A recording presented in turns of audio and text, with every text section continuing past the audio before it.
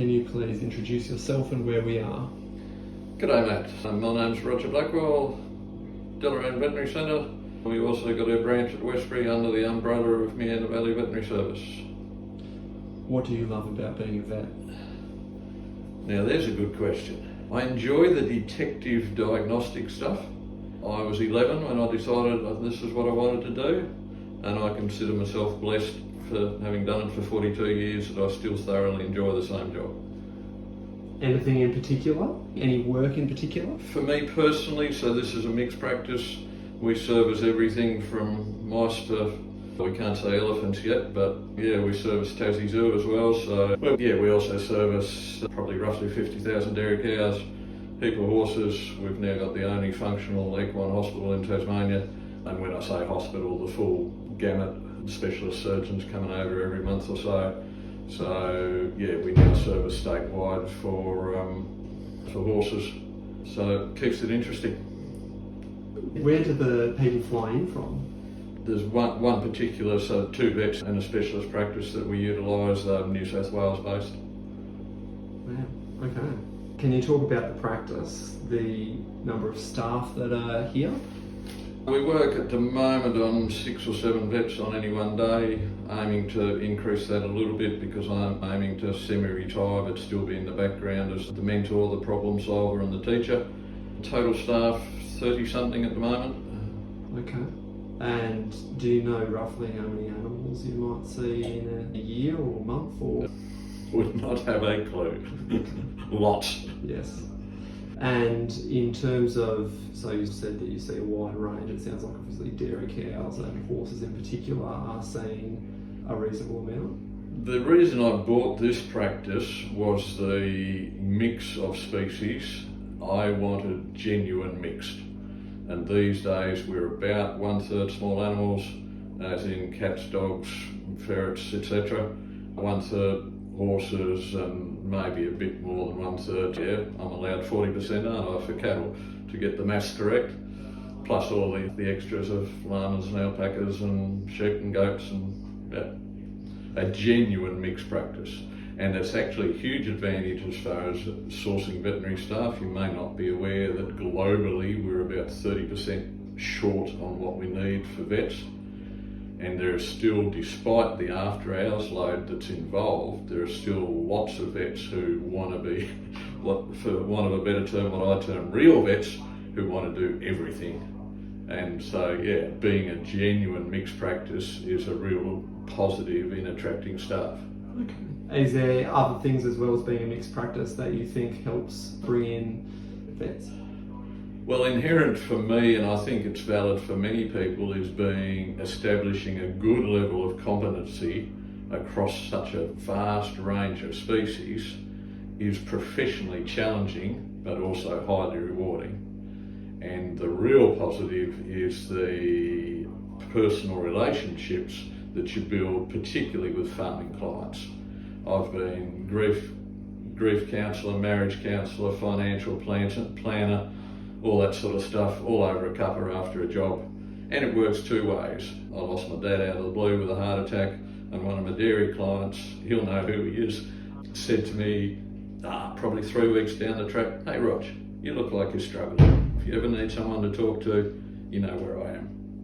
And it's that, I'm a people person, and it's that genuine friendships that are deep and meaningful that you don't get in small animal practice. Not to the same extent, because at the end of the day we make a positive impact on a farmer's bottom line, and they appreciate that. I guess many other businesses have said that they found it difficult bringing staff into sort of regional areas, but that maybe doesn't quite apply in the same way to here. Yeah, as I mentioned, I think we've got an advantage. Yes, Australia-wide regional veterinary practices are struggling to get staff. We're exceptionally well equipped for the type of practice we are. We'd be one of the best practices equipment-wise in Tasmania, and that too, if you can put up with the grumpy old fart of a boss and you've got some lovely equipment to facilitate you doing an excellent job, so the job satisfaction is huge, then that's also a positive in staff retention. Why did you move to Deloraine? Tasmanian born and bred at Wynyard, trained in West Australia, happy over there, but this is way before any award wages. I was on significantly less money than my wife, who was stacking shelves in a library. So we decided that buying a practice would be the thing to do.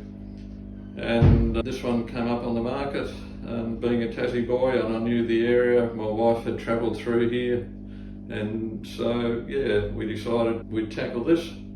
So we went to the bank and said, lend us some money, and they said, yeah, righto, what sort of deposit have you got? And we said, deposit? What's a deposit? Long story short, I'm the youngest of 4 boys. I was the only one with grandkids. Mum and Dad put the family home up as security on the loan, and here we are. And you started in Emu Bay Road and then shifted across to here? Yeah, there was a tiny little cottage, long-termers will remember it, that's now part of the car park of the visitor centre. But yeah, that's where we started and moved here in 2004, and now we've outgrown this as well. What are the plans? We desperately, I'm talking with builders at the moment, we desperately need to expand our floor area to cope with the workload that we're doing. Okay, so the building size will get adjusted, and yep. You have any scope out? Yeah, yes. So we're fortunate that we've got the land area where we can go out. So yeah, that's literally being designed as we speak. Okay, and so I guess that will happen over the next year or two, hopefully. You get the sort of space. In stages, probably, yeah. And is there plans in West Korea as well, or that will mainly stay the same? No, that'll stay. It's basically consulting rooms. So yeah, that'll stay very much as a branch and all the hospital work is done from here. Do you find that the industry has changed much over time? Surgical techniques improve, knowledge improves, medications are the big thing to keep abreast of. New medications, better medications, less side effects. Technology improves a little bit. We're now at very early stages of cancer vaccines. That was being talked about when I went through uni 40 odd years ago. It's now coming to a reality. So yeah, stuff like that is exciting. And I guess we're following to some extent the human field these days. If you go through cancer, only 50% of people will go through chemo. The other 50% will go through immunotherapy. And yeah, we're following the same suit. What are some of the best moments of your career? Most memorable, at least? Oh, it's been a long career, there's lots of them. But I guess to summarise, a couple of things. Where cattle, for example, can get a particular sort of twisted stomach. There's a dairy cattle where they will die guaranteed within 2 to 3 days, and the surgical window, as in after probably 12 to 24 hours, it's too late. But we've now got our farmers pretty well trained. Our dairy clients are superb in taking on new knowledge.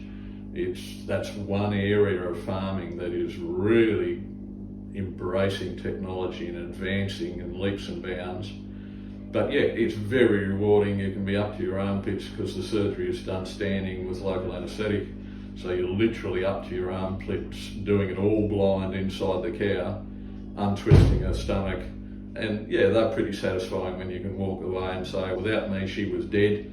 And yeah, if they caught early, I've had them be back on full milk production within 3 days. So that's pretty rewarding.